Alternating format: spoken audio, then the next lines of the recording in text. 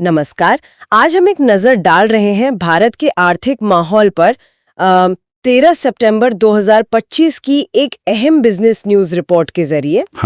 हमारे पास इस रिपोर्ट से काफी कुछ है, मतलब एक मिली-जुली सी तस्वीर दिख रही है। कहीं उम्मीद है तो कहीं कुछ चिंताएं भी। बिल्कुल। तो आज हमारा मकसद है कि इन खबरों से जो जरूरी रुझान है, शायद कुछ चौंकाने वाली बातें या खास इनसाइट्स, उन्हें निकालें, समझने की कोशिश करें कि ये सब चल क्या रहा है, किस तरफ इशारा है। ठीक है, चलिए इसे खोलते हैं। बिल्कुल।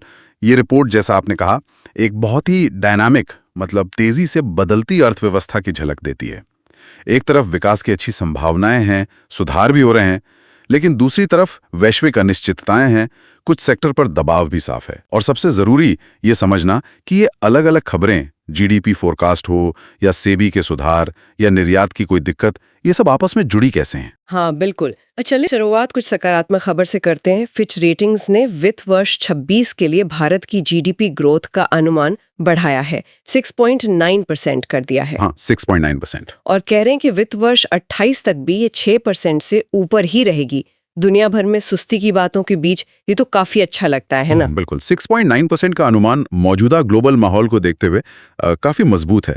ये सिर्फ एक आंकड़ा नहीं है, ये दिखाता है कि फिच जैसी एजेंसी को भारत की अर्थव्यवस्था की जो बुनियाद है, उसकी क्षमता पर भरोसा है। इसके पीछे कई कारण हो सकते हैं, जैसे सरकार का इंफ्रास्ट्रक्चर पर जोर, डिजिटल ट्रांसफॉर्मेशन और उम्मीद की घरेलू मांग बनी रहेगी। और इसी माहौल में सेबी, हमारे बाजार नियामक, ने भी कुछ बड़े सुधारों को मंजूरी दी है। हाँ, सेबी के सुधार, जैसे आईपीओ नियम आसान करना, विदेशी निवेशकों के लिए पहुंच बेहतर करना और रीट्स और एआईएफ्स को फायदा पहुंचाना। ये सुनने में तो सब अच्छा है, पर आम भाषा में इसका मतलब क्या है अर्थव्यवस्था के लिए? देखिए, यहाँ दिलचस्प बात यह है कि ये सुधार फिच के उस पॉजिटिव आउटलुक से जुड़े हो सकते हैं। एक तरह से सेबी के ये कदम भारत के कैपिटल मार्केट को, मतलब पूंजी बाजार को, और गहरा और आकर्षक बनाने की कोशिश है। अच्छा। आईपी नियम आसान होने का मतलब है कि नई उभरती कंपनियों के लिए पैसा जुटाना थोड़ा आसान होगा। इससे इनोवेशन, रोजगार को भी बढ़ावा मिल सकता है। और विदेशी निवेशकों के लिए नियम आसान करने से क्या होगा? सीधा असर पड़ेगा विदेशी पूंजी के आने पर। जब बाहर से पैसा आसानी से आएगा तो शेयर बाजार को सहारा मिलेगा, कंपनियों को विस्तार के लिए सस्ता फंड भी मिल सकता है। और ये रीट्स और एआईएफ्स, ये क्या चीजें हैं और इनसे क्या फायदा? हाँ, रीट्स यानी रियल एस्टेट इन्वेस्टमेंट ट्रस्ट और एआईएफ्स यानी ऑल्टरनेटिव इन्वेस्टमेंट फंड्स, ये आम निवेशकों के लिए निवेश के नए रास्ते खोलते हैं। जैसे रीट्स के जरिए छोटा निवेशक भी बड़े कमर्शियल रियल एस्टेट, मान लीजिए कोई ऑफिस बिल्डिंग या मॉल, उसमें हिस्सा ले सकता है। पहले ये सिर्फ बड़े निवेशकों के लिए था। अच्छा, तो सबके लिए खुल गया एक तरह से। हाँ, और एआईएफ से वेंचर कैपिटल या प्राइवेट इक्विटी जैसे निवेशों में मौका मिलता है। इससे स्टार्टअप्स को फंडिंग मिलती है। तो कुल मिलाकर ये सुधार पूंजी बाजार को ज्यादा लोगों तक पहुंचाने और उसे और कुशल बनाने की दिशा में कदम है। और अगर हम इसे थोड़ी बड़ी तस्वीर में देखें तो ये सारे कदम, सेबी के हों या फिच का भरोसा, ये सब भारत को निवेश के लिए एक बेहतर जगह बनाने की कोशिश का हिस्सा हैं। सरकार हमेशा ईज ऑफ डूइंग बिजनेस की बात करती है ना? हाँ। तो ये उसी दिशा में ठोस कदम माने जा सकते हैं। निवेश के अलावा रिपोर्ट में भारत की मैन्युफैक्चरिंग महत्वाकांक्षाओं का भी जिक्र है। मारुति सुजुकी के एमडी का बयान है कि अगर इंफ्रास्ट्रक्चर मजबूत हो और नीतियां स्थिर हों तो भारत ग्लोबल मैन्युफैक्चरिंग का बड़ा हब बन सकता है। हाँ, ये बहुत महत्वपूर्ण बयान है। ये मेक इन इंडिया वाली बात को जमीन पे उतारने जैसा लगता है। बिल्कुल सही। और ये सिर्फ कोई सरकारी दावा नहीं, देश की सबसे बड़ी कार कंपनी के हेड का कहना है। ये साफ इशारा है कि ग्लोबल कंपनियां भारत को देख रही हैं, शायद चीन के विकल्प के तौर पर या अपनी सप्लाई चेन को फैलाने के लिए। लेकिन जैसा उन्होंने खुद कहा, दो चीजें बहुत जरूरी हैं। पहला, वर्ल्ड क्लास इंफ्रास्ट्रक्चर, सड़कें, पोर्ट्स, बिजली, लॉजिस्टिक्स। और दूसरा, सबसे जरूरी, एक स्थिर और प्रिडिक्टेबल पॉलिसी माहौल, मतलब निवेशकों को भरोसा हो कि नियम अचानक नहीं बदलेंगे। यानी पोटेंशियल तो है, पर उसे हकीकत बनाने के लिए काम बाकी है। निश्चित रूप से क्षमता है, महत्वाकांक्षा भी है, लेकिन उसे साकार करने के लिए लगातार मेहनत और सही नीतियां चाहिए। कंपटीशन बहुत है, वियतनाम, मेक्सिको जैसे देश भी दौड़ में है। और महत्वाकांक्षा की बात चली है तो एक और बहुत बड़ी महत्वाकांक्षा का जिक्र है, विकसित भारत विजन। हाँ, इसके तहत 2047 तक भारत के कम से कम 1 या 2 सरकारी बैंकों को दुनिया के टॉप 20 बैंकों में शामिल करने का लक्ष्य रखा गया है। ये कितना वास्तविक है? इसका मतलब क्या है? ये वाकई एक बहुत बहुत बड़ा लक्ष्य है।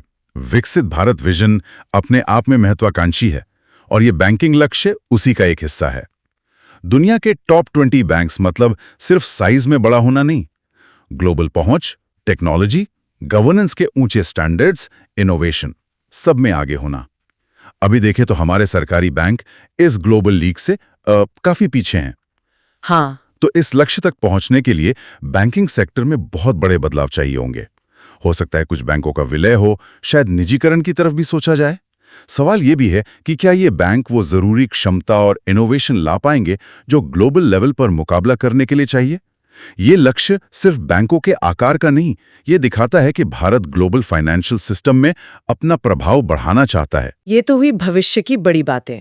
अब जरा आज के बाजार पर आते हैं। हाँ। हाल में इन्फोसिस के शेयर बायबैक की खबर आई थी। आईटी शेयरों में कुछ हलचल हुई। हाँ। ये बायबैक होता क्या है और निवेशक इसे अच्छा क्यों मानते हैं? बायबैक मतलब जब कंपनी बाजार से अपनी शेयर वापस खरीदती है। इसके कई कारण हो सकते हैं। पहला, हो सकता है कंपनी के पास कैश ज्यादा हो और उन्हें लगे कि अपने शेयर में निवेश करना ही बेस्ट है। दूसरा, ये मैनेजमेंट का एक सिग्नल हो सकता है कि उन्हें लगता है शेयर का भाव अभी कम है, अंडरवैल्यूड है। अच्छा। तीसरा, इससे बाजार में शेयर कम हो जाते हैं तो प्रति शेयर आय EPS बढ़ सकती है, जो निवेशकों को पसंद आता है। आमतौर पर इसे एक कंपनी के कॉन्फिडेंस और शेयर होल्डर्स को वैल्यू देने के इरादे की तरह देखा जाता है, इसलिए बाजार इसे पॉजिटिव लेता है, जैसा इन्फोसिस के केस में हुआ। ठीक है, तो इन्फोसिस बायबैक तो एक इवेंट था, लेकिन रिपोर्ट में आगे आने वाले कुछ बड़े ट्रिगर्स का भी जिक्र है जो बाजार पर बड़ा असर डाल सकते हैं। यहाँ बात वाकई दिलचस्प हो जाती है। हाँ, बिल्कुल। एक तो अमेरिकी फेडरल रिजर्व ब्याज दरें घटा सकता है, ऐसी उम्मीदें हैं। फिर भारत अमेरिका और भारत EU के बीच अहम ट्रेड डील्स पर बात चल रही है और पूर्व अमेरिकी राष्ट्रपति ट्रंप की भारत यात्रा की भी बातें हैं। ये सब मिलकर बाजार को कैसे हिला सकते हैं? ये तीनों ही बहुत महत्वपूर्ण ट्रिगर हैं और इनका असर अलग अलग तरह से हो सकता है। पहले, फेड रेट कट की उम्मीदें। देखिए, अगर अमेरिका में ब्याज दरें घटती हैं तो वहां निवेश पर रिटर्न कम होगा। ऐसे में निवेशक बेहतर रिटर्न के लिए भारत जैसे उभरते बाजारों की तरफ आ सकते हैं। हाँ, पैसा यहाँ आएगा। बिल्कुल। इससे हमारे शेयर बाजार, बॉन्ड मार्केट में विदेशी निवेश बढ़ सकता है, बाजार को सपोर्ट मिलेगा, रुपए पर भी अच्छा असर पड़ सकता है। और ट्रेड डील्स का क्या? Bharat America, Bharat EU? ये अगर कामयाब होती हैं तो ये भारतीय अर्थव्यवस्था के लिए गेम चेंजर हो सकती हैं। अमेरिका और EU हमारे सबसे बड़े ट्रेडिंग पार्टनर हैं। इन समझौतों से भारतीय प्रोडक्ट्स और सर्विसेज के लिए इन बड़े बाजारों में पहुंच आसान हो सकती है, जैसे textile, pharma, auto parts, IT services. तो एक्सपोर्ट बढ़ेगा? हाँ, निर्यात बढ़ेगा, रोजगार बनेंगे, कंपनियों का मुनाफा बढ़ेगा। लेकिन हाँ, इन नेगोशिएशंस में अभी कई पेश हैं। Agriculture subsidy, data protection, intellectual property rights जैसे मुद्दे हैं। और ट्रंप की संभावित यात्रा, उसका क्या असर? पूर्व राष्ट्रपति ट्रंप की यात्रा अगर होती है तो ये मुख्य रूप से जियोपॉलिटिकल और ट्रेड के नजरिए से अहम होगी। उनके पिछले कार्यकाल में भारत अमेरिका रिश्ते मजबूत हुए थे, पर ट्रेड को लेकर कुछ टेंशन भी थी। हाँ, वो टैरिफ वगैरह। बिल्कुल। तो इस विजिट से आगे के ट्रेड रिश्तों और स्ट्रेटेजिक पार्टनरशिप पर कुछ संकेत मिल सकते हैं। बाजार अनिश्चितता पसंद नहीं करता, तो अगर रिश्तों में मजबूती और क्लैरिटी का सिग्नल मिलता है तो निवेशकों का भरोसा बढ़ सकता है। पर असल असर तो विजिट के आउटकम पर ही निर्भर करेगा। और अगर हम इसे बड़ी तस्वीर से जोड़ें तो ये सारे फैक्टर्स दिखाते हैं कि भारतीय अर्थव्यवस्था दुनिया से कितनी गहराई से जुड़ी है। हम भले ही घरेलू सुधार और विकास पर फोकस कर रहे हों, लेकिन global capital flow, trade policies, geopolitics, इन सब का सीधा असर हमारी इकोनॉमी और बाजारों पर पड़ता है। EU के साथ ट्रेड बातचीत तो चल ही रही है, पर रिपोर्ट में ये भी इशारा है कि भारत पर रूस के साथ एनर्जी ट्रेड को लेकर वेस्टर्न देशों का दबाव भी है। ये एक तरह का बैलेंसिंग एक्ट है। बिल्कुल। अब भारत की अपनी ताकतों और कुछ चुनौतियों पर भी नजर डालते हैं। एक बड़ी ताकत रिपोर्ट में बताई गई है भारत का विदेशी मुद्रा भंडार, फॉरेक्स रिजर्व्स। हाँ, फॉरेक्स रिजर्व्स 5 सितंबर तक ये करीब $698.3 बिलियन के रिकॉर्ड स्तर के पास था। इसमें सोने का भंडार भी शामिल है। ये कितना जरूरी है? ये बेहद जरूरी है, मतलब बहुत ज्यादा। बड़ा फॉरेक्स रिजर्व किसी भी इकोनॉमी के लिए एक मजबूत सेफ्टी नेट जैसा है। ये कई तरह से स्थिरता देता है। पहला, ये देश की इंपोर्ट बिल भरने और बाहरी कर चुकाने की क्षमता का भरोसा देता है। अच्छा। अभी का रिजर्व शायद 10-11 महीने के इंपोर्ट के लिए काफी होगा, जो बहुत आरामदायक स्थिति है। दूसरा, ये रुपए की एक्सचेंज रेट में अचानक होने वाले बड़े उतार चढ़ाव को रोकने में मदद करता है। आरबीआई जरूरत पड़ने पर डॉलर बेचकर रुपए को संभाल सकता है। हाँ। तीसरा, ये बाहरी झटकों से बचाता है, जैसे कोई ग्लोबल फाइनेंशियल क्राइसिस आ जाए या तेल के दाम अचानक बहुत बढ़ जाएं। निवेशक भी बड़े रिजर्व वाले देशों में ज्यादा सेफ फील करते हैं। और इसमें सोने के भंडार की क्या भूमिका है? सोना हमेशा से एक सेफ हेवन एसेट माना गया है, मतलब सुरक्षित संपत्ति।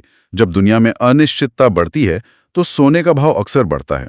इसलिए फॉरेक्स रिजर्व में सोने का अच्छा हिस्सा होने से कुल भंडार की स्थिरता और विश्वसनीयता और बढ़ जाती है। ये दिखाता है कि हमारा रिजर्व सिर्फ कागजी करेंसी पर ही निर्भर नहीं है। तो ये तो ही मजबूती की बात, लेकिन सिक्के का दूसरा पहलू भी है। रिपोर्ट में होम टेक्सटाइल सेक्टर को लेकर चिंता है। हाँ, वो टैरिफ वाला मुद्दा। अमेरिका इस सेक्टर पर 50% तक टैरिफ लगा सकता है, ऐसी आशंका है। इससे भारतीय होम टेक्सटाइल एक्सपोर्ट 5 से 10% तक गिर सकता है। इसका असर क्या होगा? हाँ, ये एक गंभीर चुनौती है, खासकर उस सेक्टर के लिए।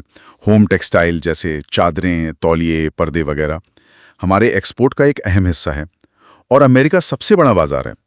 50% जैसा भारी टैरिफ भारतीय प्रोडक्ट्स को अमेरिकी बाजार में बहुत महंगा बना देगा, तो जाहिर है उनकी मांग घटेगी। रिपोर्ट में 5 से 10% गिरावट का अनुमान है, पर असल असर शायद ज्यादा भी हो सकता है। इसका सीधा असर कंपनियों के मुनाफे पर पड़ेगा, जैसा रिपोर्ट कहती है। लेकिन बात यहीं खत्म नहीं होती। और क्या असर हो सकता है? एक्सपोर्ट घटने और मुनाफा कम होने से उत्पादन कम हो सकता है।